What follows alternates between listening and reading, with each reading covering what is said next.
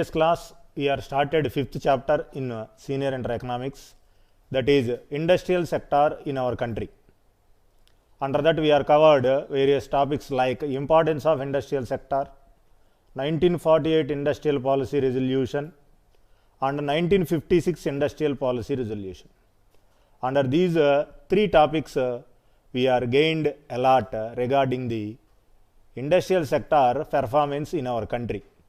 భారతదేశంలో ఇంతకుముందు మన క్లాసులో పారిశ్రామిక రంగం అనేది ఏ విధంగా ఉంది, ఈ పారిశ్రామిక రంగంలో అభివృద్ధి అనేది ఏ విధంగా జరుగుతుంది అనేది మనము 3 రకాల టాపిక్స్లో చర్చించడం జరిగింది. అది పారిశ్రామిక రంగం యొక్క ప్రాముఖ్యతగాను, 1948 పారిశ్రామిక విధానంలోను, అదే వరుసలో 1956 పారిశ్రామిక విధానంలోను పరిశ్రమలను వివిధ రకాలైనటువంటి వర్గాలుగా విభజించడం జరిగింది. షెడ్యూల్ ఏ బిసిడిగా 48లో చెప్పుకున్నాము. షెడ్యూల్ ఏబిసిగా 56 తీర్మానంలో మనం చర్చించడం జరిగింది. The industries which are having central government importance are included in schedule A category. The industries which are having second schedule B are included in state category. The industries which are left for private sector and government sector under the PPP scheme, public private partnership, this is called as a triple P. Okay, these industries are included in schedule C. With this we are completed importance, 48 resolution, 56 resolution, etc. Now I am move forward with 1991 industrial policy resolution. This is the very important topic for public point of view. Public పరిశీలన దృష్ట్యా ఈ యొక్క topic చాలా ప్రాధాన్యత కలిగింది. దాన్ని మనం ఇలా చెప్తున్నామండి, 1991 new industrial policy. This is also called as Rao and Manmohan policy. This topic having another name, that is LPG policy. Here we are ready to observe the headings of the our present day topic. Why we are called this policy as a new policy in the industrial development is concerned. పారిశ్రామిక అభివృద్ధి విషయంలో 1991 విధాన తీర్మానాన్ని నూతన తీర్మానంగా ఎందుకు పిలుస్తున్నామో మనం తెలుసుకోవాలి. After 1956 we are not commenced any other resolution for the purpose of industrial development in our country. 56 తీర్మానం తర్వాత భారతదేశ ఆర్థిక వ్యవస్థలో ప్రత్యేకంగా పారిశ్రామిక రంగాన్ని అభివృద్ధి చేయడానికి ఎలాంటి తీర్మానము తీసుకురాలేదు. 56లో ఆపేసినటువంటి ఈ యొక్క ప్రక్రియని మళ్ళీ మనం 91లో తెర మీదకు తీసుకురావడం జరిగింది. With the aim of industrial growth are development in our economy. భారత ఆర్థిక వ్యవస్థలో పారిశ్రామిక రంగాన్ని కూడా విపరీతమైనటువంటి అభివృద్ధిలోకి తీసుకురావాలనేటువంటి ఒక లక్ష్యంతో 91లో కొత్త విధానాన్ని మళ్ళీ మనము తెర మీదకు తీసుకొచ్చాము. అందువల్ల 56 తీర్మానానికి 91 తీర్మానానికి మధ్యలో కాలం చాలా గ్యాప్ ఉంది కాబట్టి ఈ యొక్క గ్యాప్ను ఫుల్ఫిల్ చేయడానికి ఎకానమిస్ట్ కానీ ఇండస్ట్రియల్ ఎక్స్పర్ట్స్ కానీ న్యూ అనేటువంటి వర్డ్ని ఇక్కడ వాడారండి. అది విద్యార్థులు గమనించాలి. Because of that reason 1991 new industrial policy resolution. Next second name, Rao and Manmohan policy. Rao and Manmohan policy. Here Rao means PV Narasimha Rao, great economist of our Andhra Pradesh and India. PV Narasimha Rao garu మన ఆంధ్ర నుంచి వచ్చినటువంటి ఒక గొప్ప ఆర్థికవేత్త, మనకు ప్రధానిగా కూడా పనిచేశారు. ఈయన పెట్టినటువంటి సంస్కరణలు ఇప్పటికీ కూడా దేశంలో చాలా వరకు అభివృద్ధిని సాధించి పెడుతున్నాయని అనడంలో ఎలాంటి సందేహం లేదని అర్థశాస్త్ర విద్యార్థులుగా మనందరం కూడా చెప్పుకోవాలి, ఒప్పుకోవాలి. That is why Rao means here PV Narasimha Rao. Next another name, Dr. Manmohan Singh. He is also one of the great economists of our country and he is also acted as a Prime Minister of the India.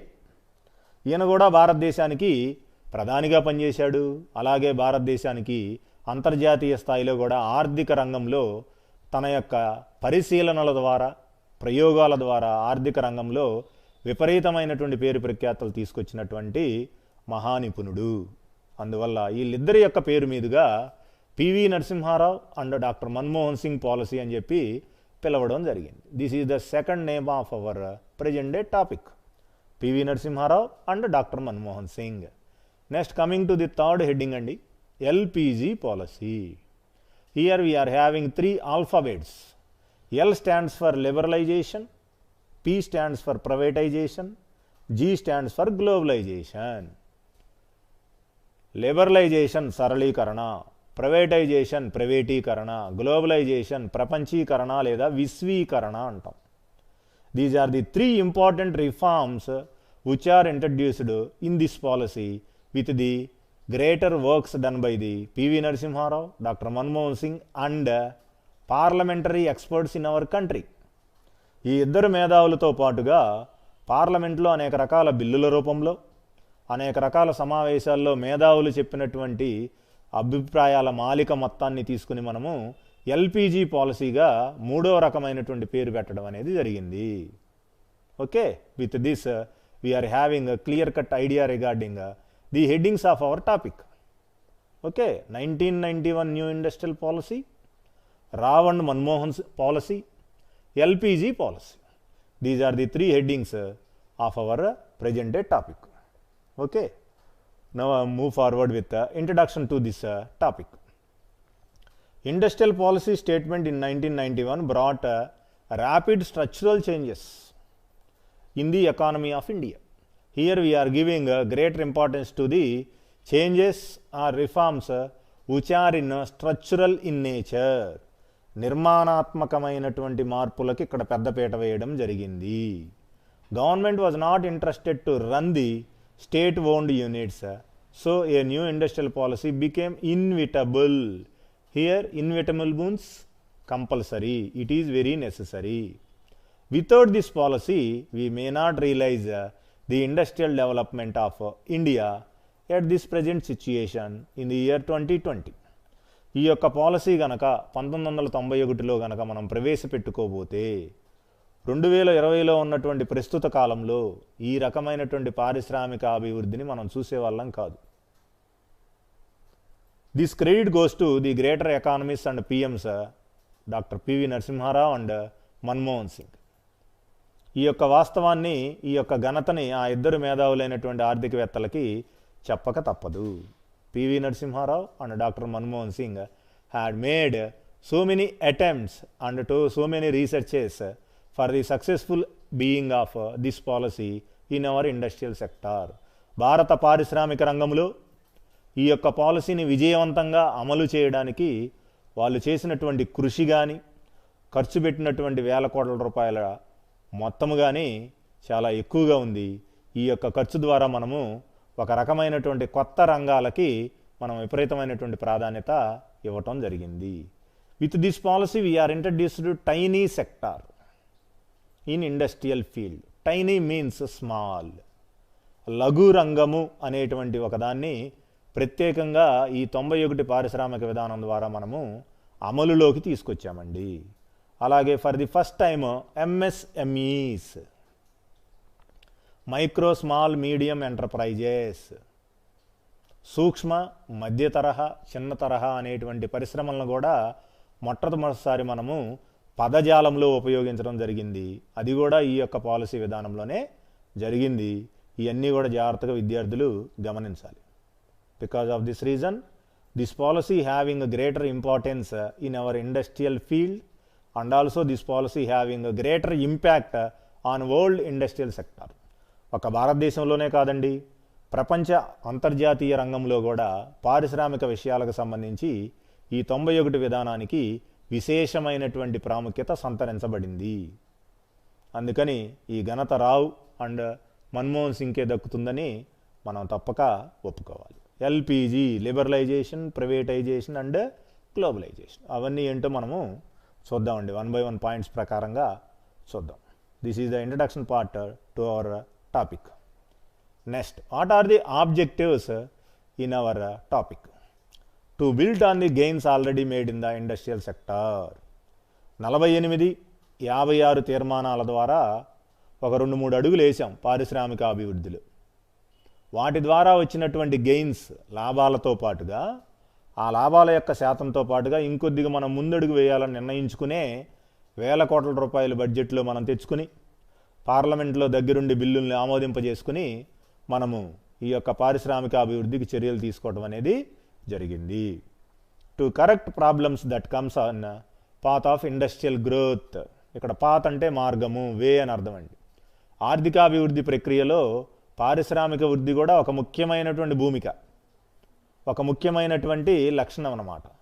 అందువల్ల ఆర్థికాభివృద్ధి జరగాలి అంటే పారిశ్రామిక వృద్ధి జరగాలి. కాబట్టి దానిలో భాగంగా ఉన్నటువంటి సమస్యలను ఏం చేయాలి, మనము ఓవర్కమ్ చేయగలగాలి, ఆ సమస్యలను మనం సరిదిద్దగలగాలి.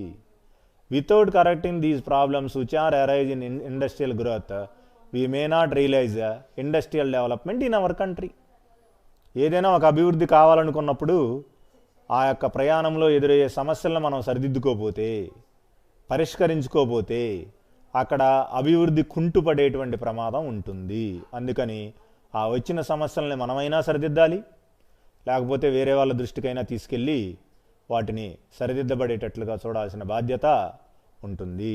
నెక్స్ట్ థర్డ్ ఆస్పెక్ట్ అండి, to get technological improvement and international competitiveness here.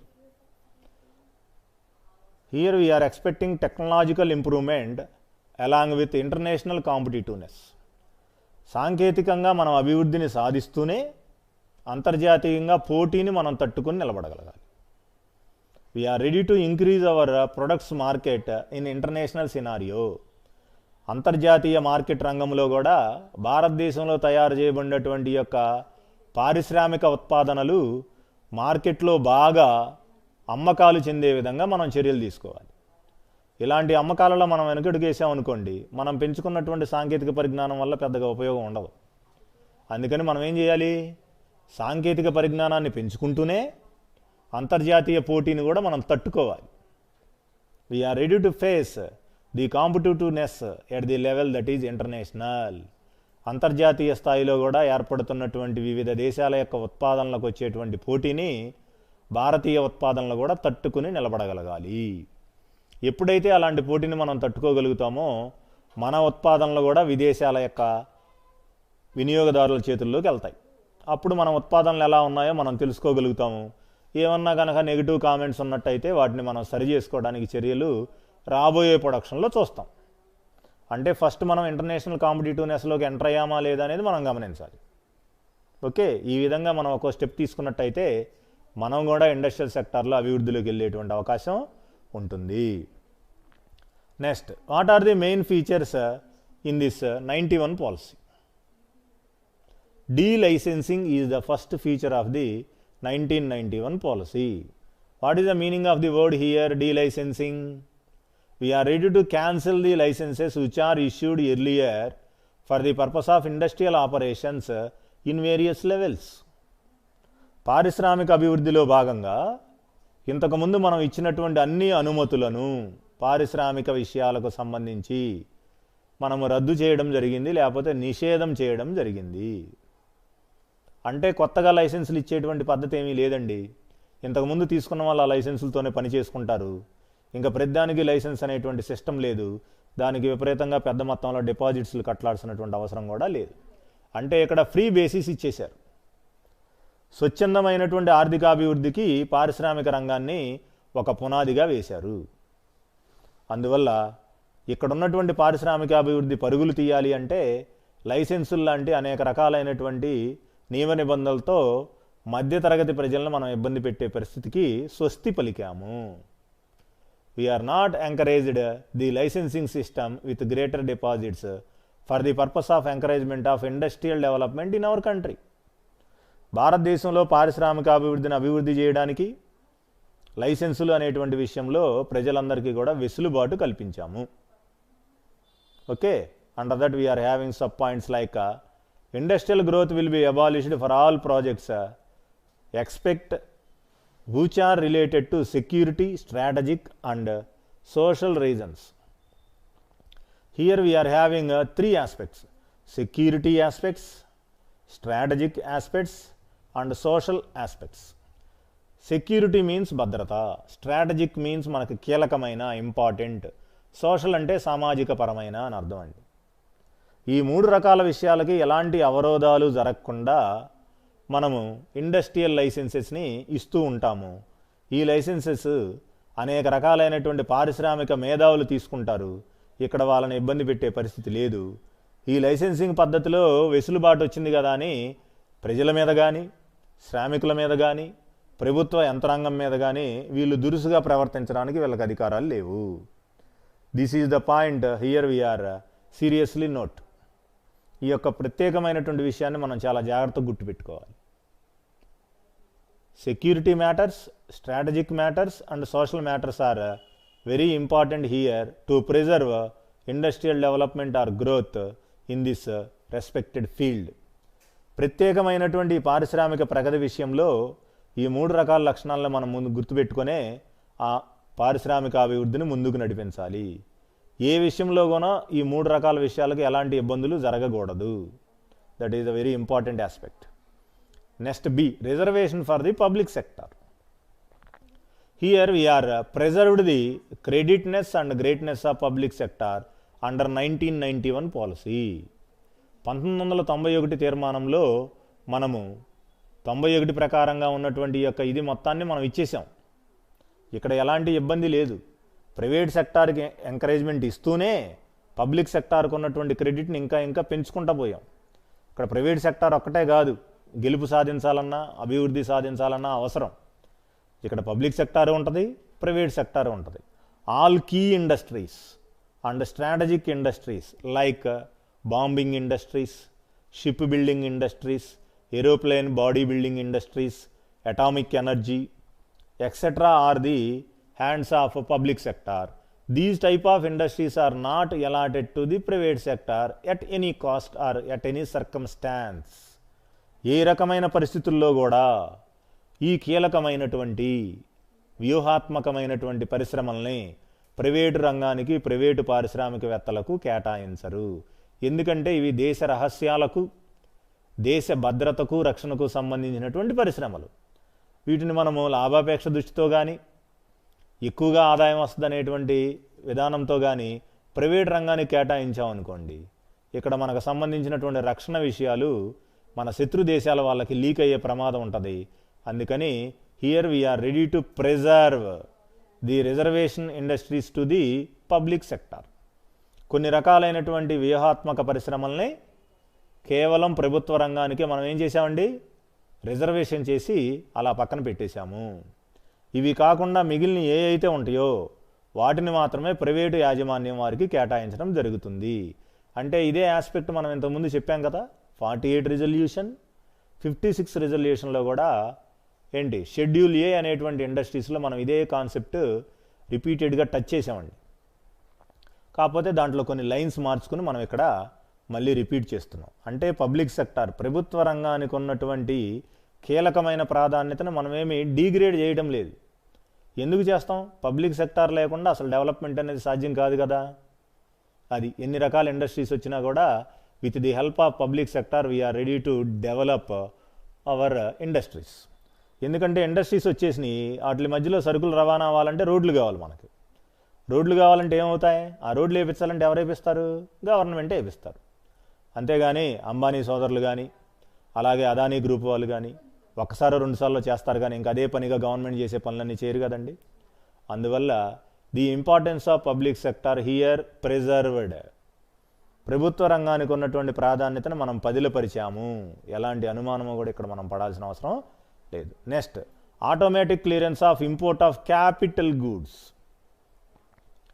కొన్ని రకాల సందర్భాల్లో మనము క్యాపిటల్ గూడ్స్ని ఏం చేస్తున్నామండి, ఇంపోర్ట్ చేసుకుంటున్నాం from developed countries. Capital goods అంటే మూలధనానికి సంబంధించినటువంటి వస్తువులు. అవి హెవీ మెషినరీ కావచ్చు, టూల్స్ కావచ్చు, ఏవైనా సరే కావచ్చు. ఎందుకని? వీఆర్ టెక్నాలజికల్లీ బ్యాక్వర్డ్ అనుకున్నాం. సాంకేతికంగా మనం చూస్తే కొంతవరకు వెనకబడి ఉన్నామండి. దానివల్ల కొన్ని రకాల మూలధనపరమైనటువంటి వస్తువుల్ని విదేశాల నుంచి మనం అప్పుడప్పుడు అవసరమైనప్పుడు ఆ యొక్క దేశాల నుంచి దిగుమతి చేసుకుంటాము. అలాంటి దిగుమతి విషయాల్లో మనం ఆటోమేటిక్గా క్లియరెన్స్ ఇచ్చేసాం. అంటే వాళ్ళు ఎంత ధర చెప్పినా మనకు అవసరం కాబట్టి కొనాలి. అవి ఇన్స్టాల్మెంట్ బేసిస్లో మనము బిల్ పేమెంట్ చేయడం అనేది జరుగుతుంది. అది సాఫ్ట్వేర్ ఇండస్ట్రీస్కి సంబంధించిన టెక్నాలజీ కావచ్చు, అలాగే హెవీ మెషినరీకి సంబంధించినటువంటి ఫార్ములా కావచ్చు, అలాగే దానికి సంబంధించినటువంటి ట్రైనర్స్ కావచ్చు, శిక్షకులు అంటాం. టెక్నాలజీ ఉన్నంత మాత్రాన దాన్ని ఆపరేట్ చేయడం అనేది అందరికీ తెలియాల్సిన అవసరం లేదు. అందుకని టెక్నాలజీతో పాటు కొంతమంది ట్రైనర్స్ని కూడా మనం ఏం చేస్తాం, విదేశాల నుంచి ఇక్కడ రప్పించుకుంటాం. కొన్నాళ్ళు వాళ్ళ చేత మనం ఇక్కడ ట్రైనింగ్ అనేది పొందుతాము. ఎప్పుడైతే ఆ అప్రెంటిస్షిప్ లేకపోతే ఆ ట్రైనింగ్ అనేది కంప్లీట్ అవుతుందో తర్వాత మనం కూడా నేర్చుకుని వాటిని ఆపరేట్ చేయడం అనేది చేస్తూ ఉంటాము. అందువల్ల automatic clearance of import of capital goods అనేది ఒక ఇంపార్టెంట్ ఫీచర్ అన్నమాట 91 పాలసీలో. నెక్స్ట్ డి పాయింట్ అండి, very important aspect, that is location policy. What is the meaning of the location here? ఏ ప్రదేశంలో పరిశ్రమలు కొత్తగా స్థాపించాలి? Where we are ready to start these type of industries at all categories in our country for the purpose of realisation of industrial development.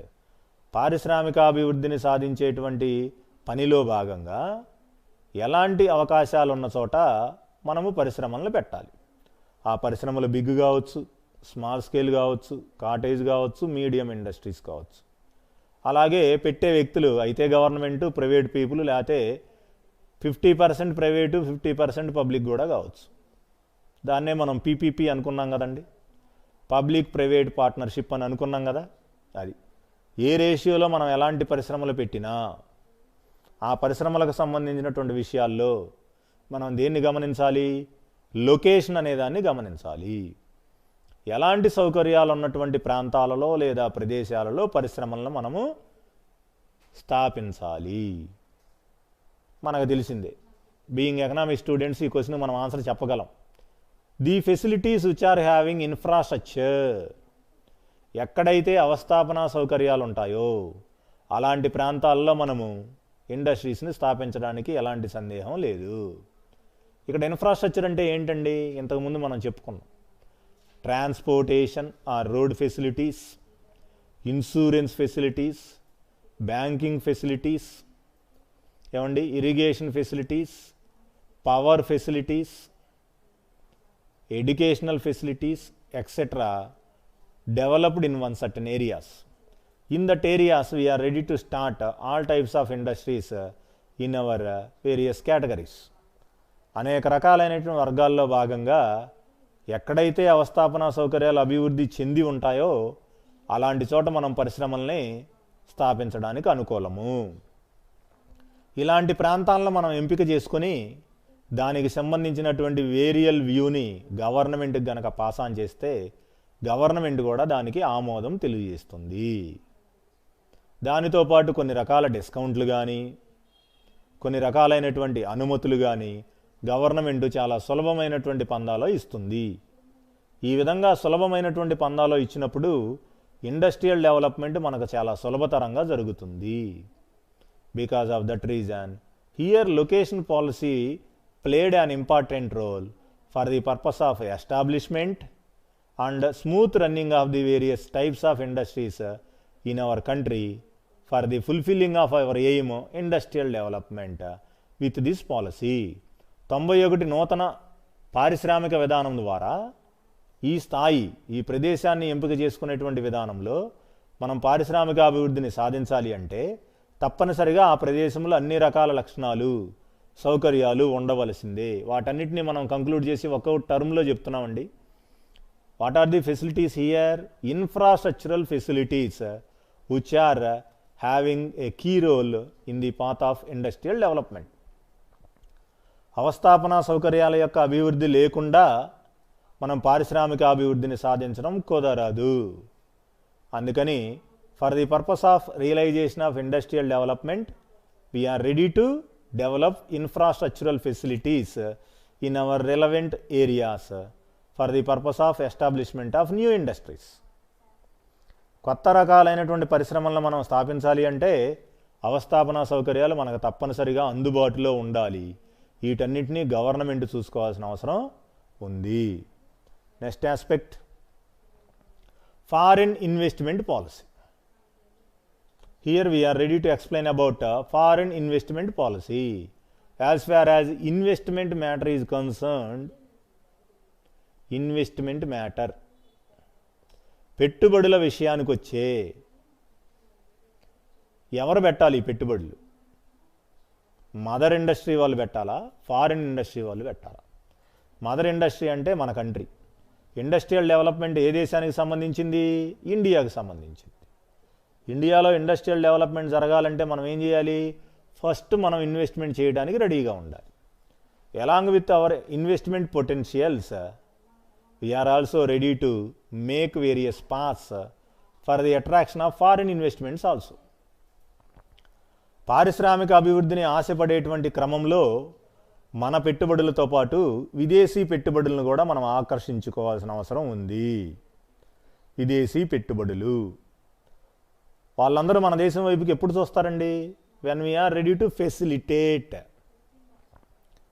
విదేశీ పారిశ్రామికవేత్తల్ని మన దేశం వైపుకి మనం ఆకర్షించగలిగినప్పుడు, సకల సౌకర్యాలతో వాళ్ళకు మనం స్వాగతం పలికినప్పుడు, అలాగే మనకి సంబంధించినటువంటి అనేక రకాల ఆఫర్స్ను మనం ఇచ్చినప్పుడు వాళ్ళు మన దేశానికి వచ్చి మేము కూడా మీ దేశంలో పెట్టుబడులు పెడతామని మన వైపుకి వచ్చి మాట్లాడేటువంటి పరిస్థితి ఉంటుంది. అందువల్ల we are ready to attract investments from the foreign countries. They are developed countries investments. సంపన్న దేశాలు, ధనిక దేశాలు ఏ అయితే ఉన్నాయో ఆ దేశాల్లో ఉన్నటువంటి బిగ్ ఇండస్ట్రియలీస్ వాళ్ళు కూడా మన దేశం వైపుకి వచ్చి అనేక రకాల పరిశ్రమలు పెడితే మన దేశంలో ఇన్ఫ్రాస్ట్రక్చర్ డెవలప్ అవుద్ది, యూత్కి ఎంప్లాయ్మెంట్ ఆపర్చునిటీస్ పెరుగుతాయి, అలాగే పర్టిక్యులర్ ఏరియా డెవలప్మెంట్ కూడా జరిగిద్ది. వాళ్ళు పరిశ్రమ పెట్టినటువంటి ప్రాంతంలో విజయవంతమైనటువంటి అభివృద్ధిని కూడా మనం సాధించడానికి అవకాశం ఉంటుందన్నమాట. Because of this reason we are ready to attract the investments which are from the foreign countries. They are namely rich countries. ధనిక దేశాలుగా, సంపన్న దేశాలుగా ఏ అయితే పిలువబడుతున్నాయో, ప్రపంచంలో సూపర్ పవర్స్గా ఏ అయితే ఉన్నాయో, అమెరికా, రష్యా, జపాన్, సింగపూర్ లాంటివి, ఇలాంటి దేశాల నుంచి మనము పెట్టుబడులను ఆకర్షించగలగాలి. మన పెట్టుబడులే మన యొక్క అభివృద్ధికి దారులు తీయవు. మన కృషితో పాటుగా విదేశాల వాళ్ళ యొక్క కృషి కూడా వస్తే మనం ఈ విధంగా చేయడానికి అవకాశం ఉంటుంది. కాకపోతే ఇక్కడ ఒక రేషియో ఉందండి. 50-50 అని కానీ, 70-30 అని కానీ, 60-40 అని కానీ మనము ఈ 3 రకాలైనటువంటి నిష్పత్తులను అనుసరిస్తాము. ఈ 3 రకాల నిష్పత్తుల్లో పరిశ్రమలకు సంబంధించినటువంటి పెట్టుబడులను మనం ఏం చేస్తామండి? స్వాగతం చేయటం జరుగుతుంది. అంటే మనదేమో 50% ఉంటుంది, మిగిలిన 50% ఫారినర్స్ పెడతారు. సెకండ్ రేషియో ఏంటండి? 70-30. థర్డ్ రేషియో ఏంటండి? 60-40. ఇలా 3 రకాలైనటువంటి నిష్పత్తుల్లో వాళ్ళు ఏదైతే అనుకూలంగా ఉంటుందో దాన్ని వాళ్ళు సెలెక్ట్ చేసుకుంటారు. మిగిలిన దాన్ని మనం ఒప్పుకుని ఆ విధంగా ఇన్వెస్ట్మెంట్స్ని మనం ఇంక్రీజ్ చేసుకోవడానికి అవకాశం ఉంటుంది. Okay, this is the information relating foreign investment policy. విదేశీ పెట్టుబడుల విధానానికి సంబంధించినటువంటి సమాచారం ఇది. నెక్స్ట్ థర్డ్ ఆస్పెక్ట్ అండి, foreign technology agreements. These are the agreements which are related to the technology usage, technology import, technology application. Here we are observing 3 types of matters: usage of the foreign technology, import of the foreign technology, and application of the foreign technology. ఇక్కడ usage అన్నా application అన్నా ఒకటే అనుకుంటారండి కొంతమంది. కాదు, training తీసుకుని వాడటం ఒక రకంగా ఉంటుంది, వితౌట్ అప్రెంటిస్షిప్ మనమే నేర్చుకుని వాడటం ఒక రకంగా ఉంటుంది. Because of this reason here we are mentioning 3 types of aspects: technology usage, technology import, technology application. ఈ 3 రకాలైనటువంటి విషయాల్లో మనం ఏం చేస్తాము? ఎవరైతే ఆ టెక్నాలజీ మనకు పంపిస్తున్నారో వాళ్ళతో కొన్ని రకాల ఒప్పందాలు చేసుకుంటాం. We are ready to make so many agreements for the purpose of technological development in our country which is relevant for industrial development. భారతదేశంలో పారిశ్రామికాభివృద్ధిని సాధించడానికి కావాల్సినటువంటి సాంకేతిక పరిజ్ఞానాన్ని వాడుకునే క్రమంలో కొన్ని రకాల ఒప్పందాలు చేసుకుంటాం మనం. అలాంటి ఒప్పందాలు చేసుకునేటప్పుడు కూడా కొన్ని రూల్స్ అండ్ రెగ్యులేషన్స్ ఉంటాయి. వాటికి ఎవరైతే టెక్నాలజీని పంపించారో వాళ్ళు ఫాలో అవ్వాలి, ఎవరైతే తీసుకున్నామో మనం కూడా ఫాలో అవ్వాల్సినటువంటి అవసరం ఉంటుంది. Okay, this is called as foreign technology agreements. Technology తెచ్చుకుంటే సరిపోదండి, దాన్ని వాడుకునే విధానంలో కూడా చాలా ఉంటాయి. ఇప్పుడు మనకు ఉన్నటువంటి రీఛార్జ్ టెక్నాలజీస్ ఉన్నాయి, టాటా అని, జియో అని, ఏమండి ఐడియా అని, ఎయిర్టెల్ అని, వీటిల్లో కూడా రీఛార్జ్ చేసుకునేటప్పుడు అనేక రకాల ప్యాకేజీలు ఇస్తూ ఉంటాడు. ఆ ప్యాకేజ్ ఒక్కసారి ఓకే చేసిన తర్వాత ఇన్ని సంవత్సరాలు కంపల్సరీగా ఉంచాలి దాన్ని. ఆ గడువు కాలం పూర్తి కాకుండా దాన్ని ఎక్స్పైర్ చేయడానికి అవకాశం లేదండి. కోర్స్ ఆయన ఎంటర్ప్రెనర్ అయినా, ఆ యొక్క ఎయిర్టెల్ కంపెనీకి చైర్మన్ అయినా సరే ఆ ప్యాకేజీ ఉన్నది ఉన్నట్టుగా సడన్గా బ్యాన్ చేయడానికి ఆయనకు కూడా అధికారం ఉండదు. ఒక్కసారి ఒక ప్యాకేజీని ఇన్స్టాల్ చేశాము అంటే అది మినిమం ఇన్ని సంవత్సరాలు ఉండాలి అనేటువంటి రూల్ ఉంటుందన్నమాట. ఫర్ ఎగ్జాంపుల్ అన్నమాట ఇది చెప్పింది. అందుకని ఫారిన్ టెక్నాలజీకి సంబంధించినటువంటి అగ్రిమెంట్స్ ఇలా ఉంటాయి. వాటిన్నిటిని మనం ఏం చేయాలండి, ఒబే చేయాలి, తప్పనిసరిగా పాటిస్తూ ఉండాలి. మనకు లాభాలు వచ్చినాయా నష్టాలు వచ్చినాయి అనేది అది ఎంటైర్లీ సెపరేట్ టాపిక్ అండి. ఇక్కడ లాభాల గురించి మాట్లాడటం లేదు. How to use the technological ways for the purpose of our industrial development in our country. విదేశాల యొక్క సాంకేతిక పరిజ్ఞానాన్ని ఉపయోగించుకుంటూ భారతదేశంలో పారిశ్రామిక ప్రగతిని ఎలా సాధించాలి, వాళ్ళని ఉపయోగించుకునేటువంటి విధానంలో ఏ విధమైనటువంటి ఒప్పందాలకు మనం కట్టుబడి ఉండాలి అనేది మనం గుర్తుపెట్టుకోవాలి. నెక్స్ట్ 4th ఆస్పెక్ట్ అండి, పబ్లిక్ సెక్టార్ పాలసీ. ప్రభుత్వ రంగానికి సంబంధించినటువంటి విధి విధానాలు ఎలా ఉన్నాయి. In any country public sector or government sector ready to act on the principle like service motive. ప్రభుత్వ రంగం ఎక్కడ చూసినా, ఏ దేశంలో చూసినా, whether the developed country or developing country, అది అభివృద్ధి చెందిన దేశమైనా అభివృద్ధి చెందుతున్న దేశమైనా, ప్రభుత్వ రంగము అంటే వెల్ఫేర్ మోటివ్తోనే పనిచేస్తుంది, ప్రజల సంక్షేమం కోసమే పనిచేస్తుంది. ప్రైవేట్ సెక్టార్ అనుకోండి, వీళ్ళకి వెల్ఫేర్తో సంబంధం లేదు. ఎందుకని, వీళ్ళు ప్రైవేట్ ఓనర్స్ అండి. ఇక్కడ వెల్ఫేర్ అనే కాన్సెప్ట్ వాళ్ళకి పట్టదు. కోర్స్ మనం ఉన్నా కానీ దాని గురించి మనం ఆలోచించాం. మనకు కావాల్సింది ఏంటి, private sector only meant for profits. Private రంగం అంటేనే లాభాల కోసం పనిచేసేది. ఈ లాభాలను గడించేటువంటి క్రమంలో వాళ్ళు ఏం చేస్తారు, క్వాలిటీ అనేదాన్ని బాగా ఎంటర్టైన్ చేస్తారు. With the quality products they are attracting the customers or consumers towards their products. వాళ్ళ ఉత్పాదనలో ఉన్నటువంటి నాణ్యతా ప్రమాణాలను బట్టి ఈ యొక్క ప్రజలను అందరినీ కూడా వాళ్ళ వస్తువుల వైపు ఆకర్షితులను చేస్తారు. దాన్ని బట్టి నాణ్యత ఉండి మంచి బ్రాండ్ అయితే, brand means company here, trade mark here, A company వస్తువులు బాగా ఉంటాయని ప్రజాదరణ వచ్చిందో వాళ్ళు ఇచ్చినటువంటి అడ్వర్టైజ్మెంట్ ద్వారా కానీ, ఆల్రెడీ క్లిక్ అయినటువంటి ప్రొడక్ట్స్ ద్వారా కానీ, ప్రజల్లో ఆ వస్తువుకు ఉన్నటువంటి నేమ్ ద్వారా కానీ, ఫేమ్ ద్వారా కానీ, ఇక్కడ మనం క్వాలిటీ గ్రౌండ్ ఆలోచిస్తున్నాం కాబట్టి they are having the goods price as high. Quality ఉన్న వస్తువుల యొక్క ధరలు ఎప్పుడు కూడా ఎలా ఉంటాయండి, ఓ 10 రూపాయలు ఎక్కువగానే ఉంటాయి.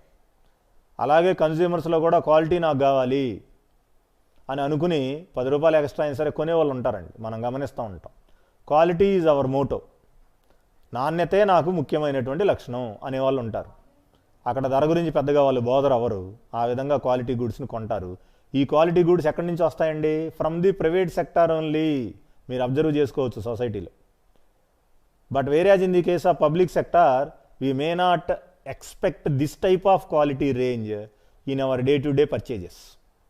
మనం కొనేటువంటి రోజువారీ విక్రయాల్లో, కొనుగోల్లో ఇదే శాతంలో ఉన్నటువంటి నాణ్యతా ప్రమాణాలు కలిగినటువంటి వస్తువులు ఏంటి మనకు ప్రభుత్వ రంగ ఉత్పాదనలో మనకు దొరకవు.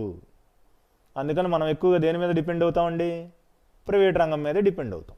సపోజ్ ఎగ్జాంపుల్ కోసం స్వర్ణ ఇండస్ట్రీస్ వాళ్ళు ప్రైవేట్ రంగంలో ఉన్నారు, నిర్మలా ఇండస్ట్రీస్ వాళ్ళు ప్రభుత్వ రంగంలో ఉన్నారండి. ఏంటి ఇక్కడ కూడా రెండిట్లో క్వాలిటీ ఉంది, కాకపోతే 60% ఏమో పబ్లిక్ సెక్టార్లో చెప్పబడుతున్నటువంటి నిర్మలా గారి ఇండస్ట్రీస్లో ఉన్నాయి. కానీ ప్రైవేట్ సెక్టార్లో ఉన్నటువంటి స్వర్ణ ఇండస్ట్రీస్లో 80% క్వాలిటీ ఉంది. అప్పుడు మనం ఏం చేస్తామండి, మన అడుగు దేనిపై ఎటువైపుకి వేస్తాం. ఓ 10 రూపాయలు పోయినా కానీ నేనైతే అల్టిమేట్గా పర్లేదమ్మా 10 రూపాయలే కదా, ఇది ఇంకో 6 నెలలు పనిచేస్తుంది, చూస్తా తెలిసి ఆ 60% మాత్రమే నాణ్యత ఉన్నటువంటి ప్రభుత్వ రంగానికి సంబంధించిన ఉత్పాదనని 6 నెలల్లో పోయిద్దని తెలిసి ఎలా కొనమంటామని చెప్పి నన్ను నేను సమాధానపరుచుకుని అక్కడికి వెళ్ళి ఏం చేస్తానండి, 80% రిలయబుల్గా ఉన్నటువంటి ప్రైవేట్ సెక్టార్ స్వర్ణ ప్రోడక్ట్నే కొంటాను. మరి నేను ఆర్డినరీ కన్జ్యూమర్గా నాకున్న సైకాలజీ ఇది. మరి రిచ్ కన్జ్యూమర్ ఎలా ఆలోచిస్తాడో అది మీకే వదిలేశా. మిడిల్ క్లాసు ఆర్డినరీగా ఉన్నటువంటి నేనే అటువైపుకి వెళ్ళినప్పుడు రిచ్ కన్జ్యూమర్ డబ్బుకి అసలు కొదవలేదు, ధర అసలు మ్యాటరే కాదు, అప్పుడు ఏం చేస్తాడు ఆయన కూడా నా వైపుకి వస్తాడు. ఎందుకని? ఆయన ఎక్స్పెక్టేషన్ కూడా ఏంటి? Quality but not price. ధరతో సంబంధం లేదు, నాకు నాణ్యతా ప్రమాణాలు ఉన్నటువంటి వస్తువే కావాలని అన్నప్పుడు ఎవరైనా సరే మనం ప్రైవేట్ రంగంలో ఉన్నటువంటి స్వర్ణ ఇండస్ట్రీస్ ఉత్పత్తులనే మనం కొంటాము.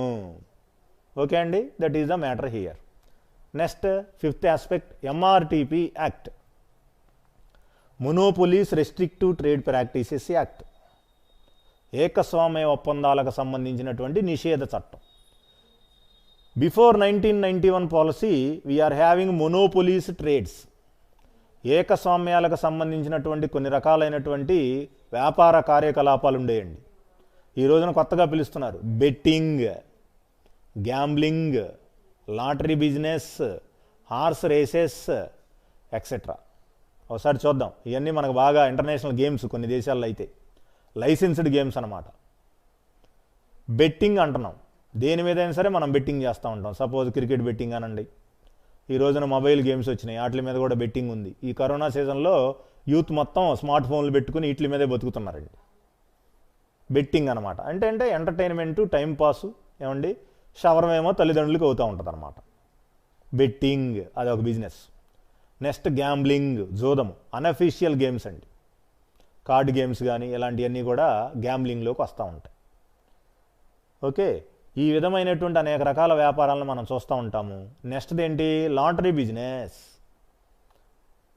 అనేక రకాలుగా లాటరీలు అమ్ముతూ ఉంటారు, ఎవడికో ఒకటికి లాటరీ తగిలిద్ది అనమాట. ఆ అదృష్టవంతుడు ఎవడనేది తెలుసుకోవడానికి మనం వెయిట్ చేయాల్సినటువంటి పరిస్థితి ఉంటుంది. ఇవన్నీ కొన్ని దేశాల్లోనేమో బ్యాండ్ అండి, నిషేధించబడినటువంటి ఆటలు లేకపోతే క్రీడలు. These games are not having legal licences. But whereas in the countries like these are all licensed games. కొన్ని దేశాల్లో అయితే అనుమతులు ఉన్నటువంటి చట్టబద్ధత కలిగినటువంటి ఆటలు. జనరల్గా ఇలాంటి పరిస్థితి ఎక్కడ ఉంటుంది? ధనిక దేశాల్లో ఉంటుంది. ఇండియా లైక్ డెవలపింగ్ కంట్రీస్లో వీటికి అసలు చట్టబద్ధత లేదు, కానీ అక్కడక్కడ కొన్ని రకాల కార్యకలాపాలు జరుగుతూ ఉంటాయి. పొలిటికల్ బ్యాక్గ్రౌండ్ ఉన్నవాళ్ళు, సౌండ్ బిజినెస్ బ్యాకింగ్ ఉన్నవాళ్ళు, అలాగే వాళ్ళ యొక్క హైర్స్, వాళ్ళ పిల్లలు వీటిని బాగా ఎంటర్టైన్ చేస్తూ ఉంటారు. దొరికితేనే దొంగ, దొరకకపోతే వాడు కూడా దొరే కాబట్టి దొరికినన్నాళ్ళు హాయిగా జరిగిపోతూ ఉంటుంది బిజినెస్. దీనివల్ల ఇన్నోసెంట్ అయినటువంటి పూరు మిడిల్ క్లాస్ పిల్లలు బలవుతూ ఉంటారనమాట. వీటిని కూడా మనం గమనించాలి. అందుకని వీటిని ఏమన్నారండి? మొనోపోలీస్ రెస్ట్రిక్టివ్ ట్రేడ్ ప్రాక్టీసెస్ యాక్ట్, ఏకస్వామ్య ఒప్పందాల నిరోధక చట్టము.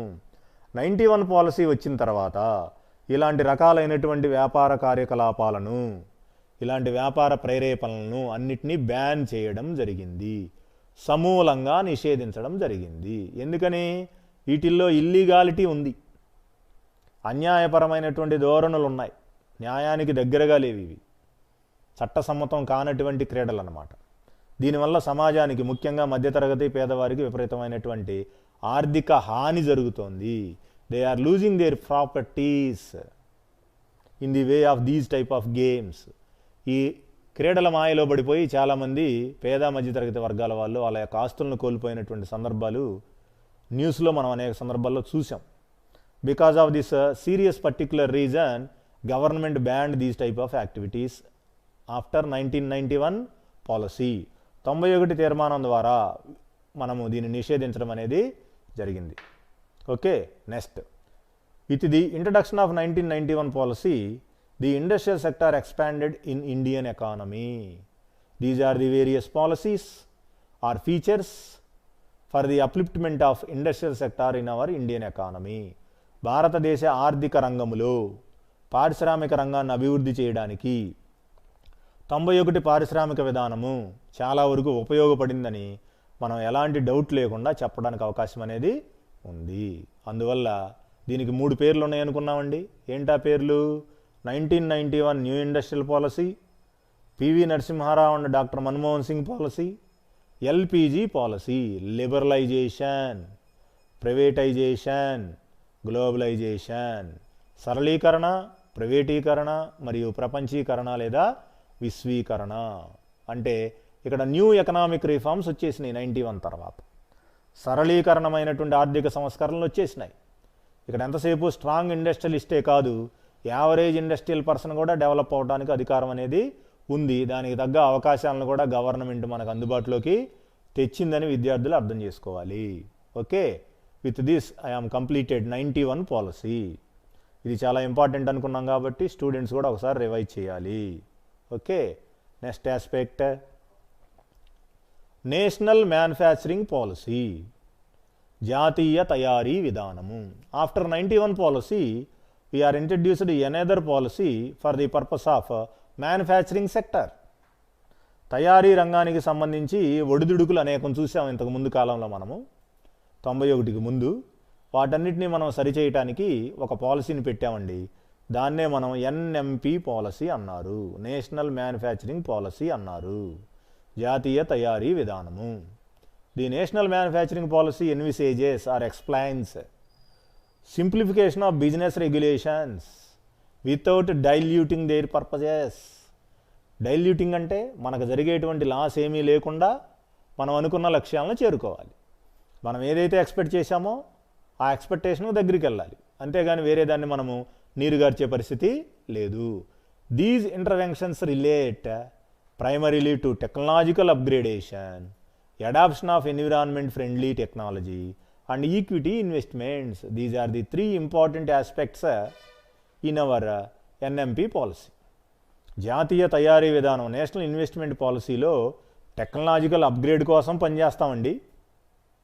Adoption of environment friendly technology, పర్యావరణానికి హితం చేసే సాంకేతిక పరిజ్ఞానాన్ని వాడతాం.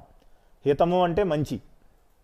అదేవిధంగా ఈక్విటీ ఇన్వెస్ట్మెంట్స్, ఎంతసేపు ధనిక దేశాల నుంచే ఎక్కువ పెట్టుబడులు పెట్టండి అని అడగం. బాగా లాభాలు సంబంధించినటువంటి స్వర్ణ మేడం గారితోనే ఇన్వెస్ట్మెంట్లు పెట్టించటం. ఏంటి ఆ లైన్లో ఉన్నటువంటి గురువు గారైన కేవీఆర్ సార్ని కూడా కొన్ని ఇన్వెస్ట్మెంట్లు పెట్టమంటాం. ఎందుకని పాఠం చెప్పింది ఆయన కాబట్టి ఆయన కూడా 4 రూపాయలు వెనకాల వేసుకోవాలి కదా. ఇలాంటివన్నీ గమనించామన్నమాట. అంటే ఇక్కడ సమభావంతో అందరం అభివృద్ధిని సాధించాలి.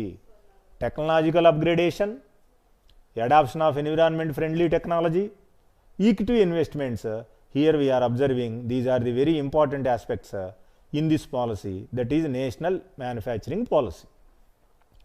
సాంకేతిక పరిజ్ఞానాన్ని బాగా పెంచుకుంటూ పర్యావరణానికి బాగా హాని లేకుండా ఉండేటువంటి మెషినరీని వాడుతూ ఈక్విటీ ఇన్వెస్ట్మెంట్, సమానమైనటువంటి పెట్టుబడులను మనం ప్రోత్సహిస్తూ ఉంటాము. Okay, next what are the objectives under NMP.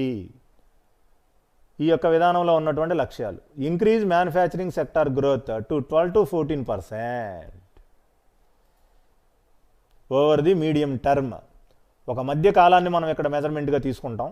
మధ్యకాలం అంటే సపోజ్ ఒక 6 సంవత్సరాల నుంచి 15 సంవత్సరాలు అనమాట. ఇది మరీ షార్ట్ పీరియడ్ కాదు, అలానే మరీ లాంగ్ పీరియడ్ కాదు. మీడియం టర్మ్, ఒక మధ్యకాలిక సమయం తీసుకుని దీంట్లో మనం లక్ష్యంగా ఏం పెట్టుకున్నామండి? 12 to 14% ఇండస్ట్రియల్ గ్రోత్ రావాలి. ముఖ్యంగా గ్రోత్ దేంట్లో రావాలంట? మ్యానుఫ్యాక్చరింగ్ సెక్టార్లో రావాలి, తయారీ రంగంలో రావాలి. అది next, create 100 million additional jobs in the manufacturing sector by 2012. 2012 కల్లా కనీసం 100 మిలియన్లు అదనపు ఉద్యోగ అవకాశాలను కల్పించాలంట. చూడండి ఎలాంటి లక్ష్యాన్ని మనం పెట్టుకున్నామో. ఇన్ని రకాల ఉద్యోగ అవకాశాలు ప్రైవేట్ రంగంలో రావాలి అంటే మనం ఎన్ని రకాలైనటువంటి పరిశ్రమలను స్థాపించాలండి? చాలా ఎక్కువ సంఖ్యలో. We are ready to start rapid industrialisation with new industries in our country. భారతదేశంలో కొత్త రకాలైనటువంటి పరిశ్రమల్ని విపరీతమైన రేట్లో మనం స్థాపించడానికి సిద్ధంగా ఉండాలి.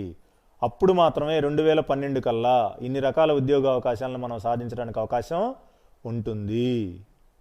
Third aspect, enhance global competitiveness of Indian manufacturing. భారతదేశ ఉత్పాదనలు అంటే ధనిక దేశాల్లో ఒక చిన్న చూపు ఉండొచ్చండి, కానీ మన యొక్క ఉత్పాదనలతో జపాన్ పౌరులు కూడా మన యొక్క ఇండస్ట్రియల్ ప్రొడక్ట్స్ను కొని వాడుతున్నారు. ఈ విషయాన్ని మనం ప్రత్యేకంగా గుర్తుపెట్టుకొని అదే విధమైనటువంటి స్పిరిట్తో ఇంకా కాంపిటిటివ్నెస్ని పెంచుకోవాలి. Global competitiveness of Indian manufacturing. ప్రపంచవ్యాప్తంగా ఉన్నటువంటి పోటీ విధానాన్ని మనం కూడా తట్టుకోగలగాలి. ఈ విధంగా మనం స్పిరిట్ని పొంది మన మ్యానుఫ్యాక్చరింగ్ సెక్టార్ని ఇంకా అభివృద్ధి చేయాల్సిన అవసరం ఉందని ఇండస్ట్రియల్ ఎక్స్పర్ట్స్ మనకి ఇక్కడ ఈ నేషనల్ మ్యానుఫ్యాక్చరింగ్ పాలసీ ద్వారా దిశానిర్దేశం చేస్తున్నారు. Next aspect, adverse effects of NMP, national manufacturing policy. దీంట్లో కొన్ని మైనస్ పాయింట్స్ ఉన్నాయి. ఆ పాయింట్స్ ఏంటో మనం చూద్దాం. మనం అనుకున్నటువంటి 12 to 14% గ్రోత్ని మనం సాధించాము. ఈ సాధించే క్రమంలో కొన్ని మైనస్ పాయింట్స్ వచ్చినాయండి. Of course we are reached our goal. In that process we are make some mistakes. లక్ష్యాన్ని చేరుకున్నప్పటికీ ఆ క్రమంలో కొన్ని చిన్న చిన్న తప్పిదాలు మనకి జరిగినాయి. అవి రాబోయే కాలంలో సరి చేసుకుంటే సరిపోతుందని ఇక్కడ మన యొక్క ఆర్థికవేత్తల యొక్క భావన. No specific targets are fixed on value added and so the goal is expressed in vague terms which make its monitoring impossible. ఇక్కడ వేగ్గా ఉందంట మనం పెట్టుకున్నటువంటి గోల్ కానీ వాల్యూ కానీ. ఆ వేగ్ నేచర్ ఏం చేయాలి, మనం రిమూవ్ చేయగలగాలి, తొలగించగలగాలి. తొలగిస్తే మనం రాబోయే కాలంలో ఇంకొద్దిగా సక్సెస్ అవ్వడానికి ఛాన్స్ ఉంటుంది. The target fixed to achieve a 25% in GDP, gross domestic product, appears to be virtually impossible. జీడిపిలో 25% గ్రోత్ కావాలని అనుకున్నారండి. అలాంటి 25% గ్రోత్ కావాలి అంటే మనకి ఇక్కడ సాధ్యపడే పరిస్థితి లేదు. అందుకని ఇలాంటి దాన్ని మనం ఏం చేస్తున్నాం, వర్చువల్గా ఇంపాసిబుల్ అని చెప్తున్నాం. ఇది సాధ్యపడే విషయం కాదని రియాలిటీలోనే చెబుతున్నాము. Next mistake, enhance global competitiveness in manufacturing. ఈ విధమైనటువంటి విషయాలను మనం చూసాం కాబట్టి ఈ విధంగా మనం నేషనల్ మ్యానుఫ్యాక్చరింగ్ పాలసీని మనం అర్థం చేసుకోవాల్సిన అవసరం ఉంది. Okay, with this we are completed జాతీయ తయారీ విధానము, national manufacturing policy. What we are learned in our present day class. ఈరోజు క్లాస్లో మనం ఏమేమి నేర్చుకున్నాం, 91 న్యూ ఇండస్ట్రియల్ పాలసీ చూసామండి. దానికి ఇంకో రకమైన పేర్లు ఉన్నాయనుకున్నాం, PV Narasimha Rao Manmohan Singh policy, LPG policy, liberalisation, privatisation, globalisation policy అనుకున్నాం. 91 తర్వాత వచ్చినటువంటి ఒక గొప్ప పారిశ్రామిక విధాన తీర్మానం ఇది. దీంట్లో లైసెన్సింగ్ సిస్టమ్ని బ్యాన్ చేశాము, పబ్లిక్ సెక్టార్కి విపరీతమైనటువంటి ఇంపార్టెన్స్ ఇచ్చాము, అలాగే ఆటోమేటిక్ క్లియరెన్స్ ఇచ్చాము. దీంట్లో లొకేషన్ పాలసీని మనము చాలా ప్రతిష్టాకరంగా చెప్పుకోవడం జరిగింది. అలాగే ఫారిన్ నుంచి ఇన్వెస్ట్మెంట్స్ కావాలనుకున్నప్పుడు ఏ విధంగా వాటిని మనం పొందాలో చూసాము. ఫారిన్ టెక్నాలజీ అగ్రిమెంట్స్లో కూడా మనము ఎలాంటి అగ్రిమెంట్ చేసుకోవాలి, what are the terms and conditions ready to follow in that agreements, అవన్నీ అబ్జర్వ్ చేసాం. పబ్లిక్ సెక్టర్కి ఒక ప్రత్యేకమైన పాలసీని మనం డిజైన్ చేసాం. In the same way we are banned MRTP activities under this policy. ఏకస్వామ్య వ్యాపారాలకు సంబంధించినటువంటి అనేక రకాల కార్యక్రమాలని, వ్యాపార లావాదేవీలను ఏం చేసాం, బ్యాన్ చేసాం. ఈ విధంగా 91 పాలసీలో భారతదేశంలో ఇండస్ట్రియల్ గ్రోత్కి ఒక రకమైనటువంటి ప్రాధాన్యత ఇవ్వడం అనేది జరిగింది. నెక్స్ట్ నేషనల్ మ్యానుఫ్యాక్చరింగ్ పాలసీ చూసాము. Okay, with this we are completed our present day class. In my next class I am going to explain about SEZ, special economic zones, industrial backwardness and MSMEs. రాబోయే నా క్లాసులో ప్రత్యేక ఆర్థిక మండలులు, అసలు పరిశ్రమలు ఎందుకు వెనుకబడి ఉన్నాయి మన దేశంలో, సూక్ష్మ మధ్యతరగతికి సంబంధించినటువంటి పరిశ్రమలు ఎలా ఉంటాయో వాటి గురించి మనము చూద్దాం అన్నమాట. ఓకే, స్టూడెంట్స్ కూడా ఈ 2 టాపిక్స్ ఒకసారి రివైజ్ చేయండి. Thank you.